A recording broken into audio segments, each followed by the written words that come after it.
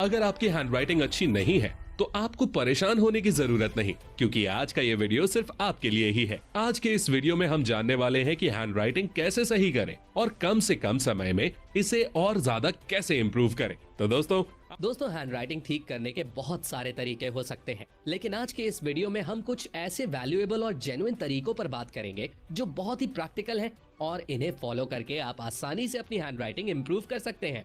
Handwriting से related हमने बहुत सारे एग्जामिनर और कॉपी चेक करने वाले टीचर्स से बात की और कॉपी चेक करने वाले कई टीचर्स से बात करने के बाद ये पता चला है कि जब भी वो लोग बच्चों की कॉपीज चेक करते हैं तो पहले पेज का इंप्रेशन सबसे खास होता है। कई टीचर्स ने तो यहाँ तक बोल दिया कि जब वो लोग बच्चों की कॉपी चेक करते हैं और कॉपी में बहुत गंदी हैंडराइटिंग होती है तो उन लोगों के दिमाग में पहला ख्याल यही आता है कि जरूर स्टूडेंट को कुछ आता जाता नहीं है। वहीं अगर हैंडराइटिंग बहुत अच्छी होती है तो टीचर के दिमाग में पॉजिटिव इंप्रेशन पड़ता है और इसका सीधा बेनिफिट बच्चों को मिलता है, क्योंकि टीचर पॉजिटिव तरीके से कॉपी चेक करता है और छोटी मोटी गलतियों को इग्नोर कर देता है। इसीलिए बच्चों के मार्क्स काफी अच्छे आ जाते हैं। तो दोस्तों, अगर आपकी हैंडराइटिंग काफी अच्छी है तो आप बहुत लकी हैं, लेकिन अगर आपकी हैंडराइटिंग अच्छी नहीं है तो टेंशन लेने का नहीं, आखिर हम किस दिन काम आएंगे। तो आइए अब हम जानते हैं कि हैंडराइटिंग कैसे सुधारें। टिप नंबर 8, सबसे पहले हमें लिखते टाइम अपने बैठने के तरीके को सुधारना है, क्योंकि अगर हम सही पोजीशन में बैठकर नहीं लिखते हैं तो इससे हमारे लिखने पर इफेक्ट पड़ता है और हमारी हैंडराइटिंग अच्छी नहीं बन पाती है। अगर हमारी बैठने की पोजीशन सही है तो हम अच्छी हैंडराइटिंग बना सकते हैं।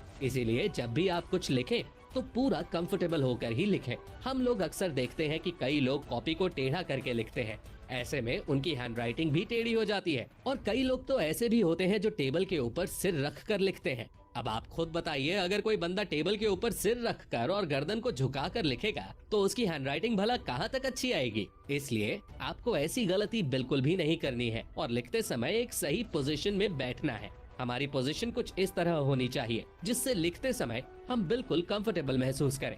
टिप नंबर 7, हमारी हैंडराइटिंग कैसी होगी ये काफी हद तक इस बात पर डिपेंड करता है कि हम लिखते समय पेन को किस तरीके से पकड़ते हैं। जब हम पेन को कस के पकड़कर लिखते हैं तो इसके दो घाटे होते हैं। एक तो हमारा हाथ जल्दी दर्द करने लगता है और दूसरा, जब हम पेन को टाइट पकड़कर लिखते हैं तो हमारी लिखावट अगले पेज पर दिखने लगती है और फिर रायता फैल जाता है। इसलिए आप जब भी लिखो तो अपने पेन को बहुत ही कंफर्टेबल तरीके से पकड़ो ताकि इस पेज की राइटिंग अगले पेज पर ना दिखाई दे। टिप नंबर 6, आपने अक्सर सुना होगा कि किसी काम को जल्दी में नहीं करना चाहिए। ठीक उसी तरह दोस्तों, जब हम स्पीड में लिखते हैं तो हमारी हैंडराइटिंग बहुत ही गंदी दिखाई देती है और किसी को समझ में नहीं आती है। इसीलिए हमें हमेशा धीरे धीरे लिखना चाहिए ताकि हमारी हैंडराइटिंग अच्छी दिखे और दूसरों को समझ में भी आए। एक बार जब आपकी हैंडराइटिंग काफी अच्छी आने लगे तो आप धीरे धीरे स्पीड बढ़ा सकते हैं। टिप नंबर 5, इस टिप के बारे में शायद ही आपने पहले कभी सुना हो। दरअसल जब हम लिखते हैं तो हम केवल अपने पंजों का ही यूज करते हैं, जिससे हमारे हाथों में जल्दी दर्द होने लगता है और हमारी हैंडराइटिंग अच्छी नहीं बन पाती है।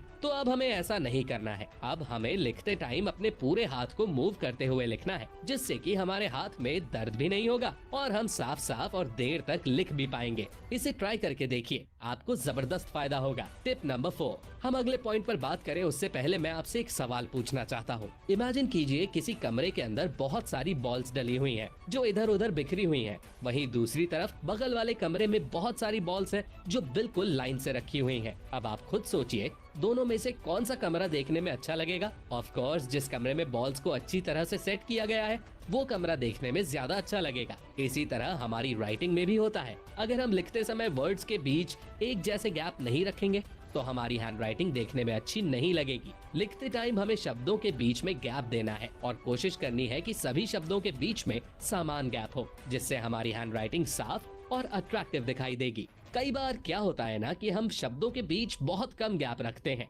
या फिर बहुत ज्यादा गैप रखते हैं, जिससे हैंडराइटिंग उतनी अट्रैक्टिव नहीं लगती। वहीं अगर हम सभी शब्दों के बीच एक निश्चित गैप रखेंगे तो हमारी हैंडराइटिंग काफी अट्रैक्टिव लगेगी। टिप नंबर 3, दोस्तों, जिस तरह साफ पानी में सब कुछ साफ साफ दिखाई देता है, ठीक उसी तरह राइटिंग में भी होता है। अगर हमारा पेज बिल्कुल साफ साफ होगा तो राइटिंग भी साफ साफ दिखाई देगी। वहीं अगर हमारा पेज गंदा होगा तो फिर कितना भी अच्छा लिख लो वो मजा नहीं आएगा।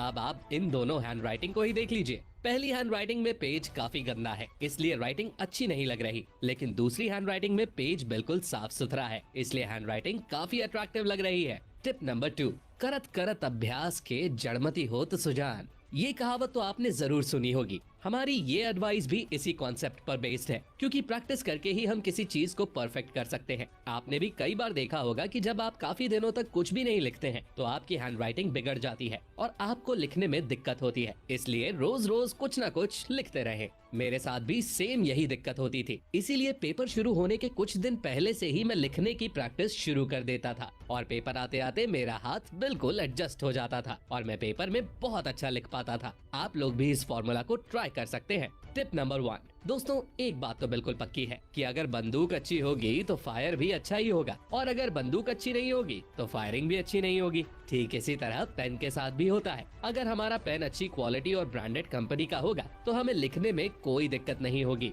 वहीं अगर हम कोई सस्ता या घटिया पेन यूज करेंगे तो फिर हैंडराइटिंग खराब होना तो बनता है। इसीलिए लिखते समय, खासकर पेपर में लिखते समय, हमेशा अच्छी क्वालिटी के पेन को यूज करना चाहिए। और कई बार ऐसा भी होता है कि अलग अलग लोगों की अलग अलग चॉइसेस होती हैं। जैसे कुछ लोगों को मोटे पेन से लिखना पसंद होता है, वहीं कुछ लोगों को पतले पेन से लिखना पसंद होता है। इसीलिए आप जिस तरह के पेन से लिखने में कंफर्टेबल हो, हमेशा उसी